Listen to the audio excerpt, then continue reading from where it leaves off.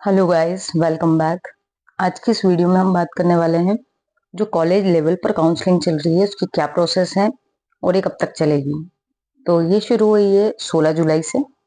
ठीक है। और यदि आपको भी होलकर साइंस कॉलेज में एडमिशन लेना है तो सबसे पहले आपको जो है अपने आप को ई प्रवेश की वेबसाइट पर जो पोर्टल है उस पर अपने आप को रजिस्टर जरूर करना पड़ेगा।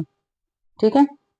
उसके बाद में आपको जिस भी सब्जेक्ट को एज ए मेजर सब्जेक्ट लेना है, क्योंकि यूजी लेवल पर 3 तरीके के सब्जेक्ट आपको लेना रहेंगे। एक मेजर, दूसरा माइनर, तीसरा मल्टी डिसिप्लिनरी। तो मेजर मतलब कि जिसमें ज्यादा क्रेडिट्स मिलेंगे, जिसमें आप आगे पीजी करने की अगर इच्छा रखते हैं तो उस सब्जेक्ट को आप अभी मेजर बनाएंगे। ठीक है। इस वीडियो में हमारे साथ लास्ट तक बने रहिए और अगर चैनल को सब्सक्राइब नहीं किया है तो चैनल को जल्दी से सब्सक्राइब कर लो। हम यहाँ पर बहुत ही इंफॉर्मेटिव वीडियो शेयर करते हैं। तो आपको जिस भी सब्जेक्ट में एडमिशन लेना है ना, तो आपको क्या करना है, सबसे पहले तो आपका रजिस्ट्रेशन जरूरी है ई पोर्टल पर, ई प्रवेश पर।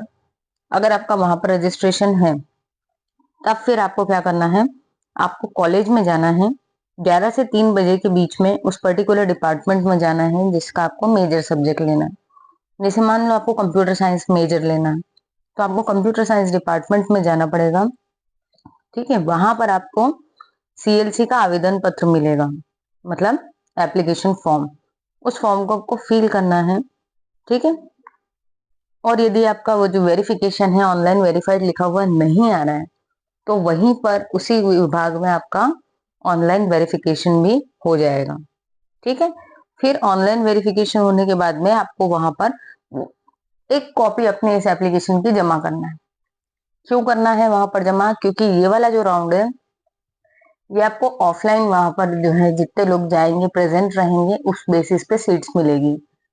तो आपसे यही कहेंगे कि क्योंकि हर बार सीट कम होती जा रही है, जैसे जैसे हर दिन मेरिट वाइज लगता जाएगा सीट का अलॉटमेंट, वैसे वैसे सीट्स कम होती जाएंगी। तो यदि आप वेट कर रहे थे इसी राउंड का तो तुरंत से बिना डिले किए आप जल्दी से जाएं वहां पर 11 से 3 के बीच में और अप्लाई कर दें। उसके बाद में यहाँ पर बताया है कि आप जैसे ही फॉर्म वहां पर फिल करके जमा कर देंगे तो जो है कॉलेज में जिस विभाग में आपने जमा किया है उससे बाहर आपको 5 बजे आपको एक सूची चस्पा कर दी जाएगी। मतलब उस दिन जितने भी लोगों ने वहां पर फॉर्म डाला होगा उनकी जो मेरिट लिस्ट है वो आ जाएगी। ठीक है, अलॉटमेंट वाली।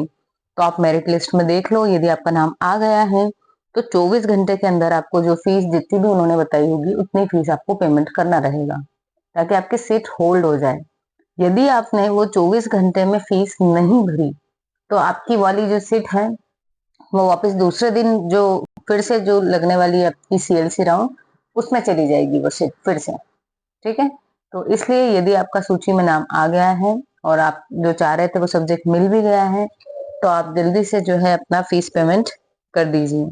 इसमें वो स्टूडेंट्स तो जा ही सकते हैं जो पहले से रजिस्टर्ड थे और जिनको अपनी मनपसंद सब्जेक्ट या कॉलेज नहीं मिल रहा था।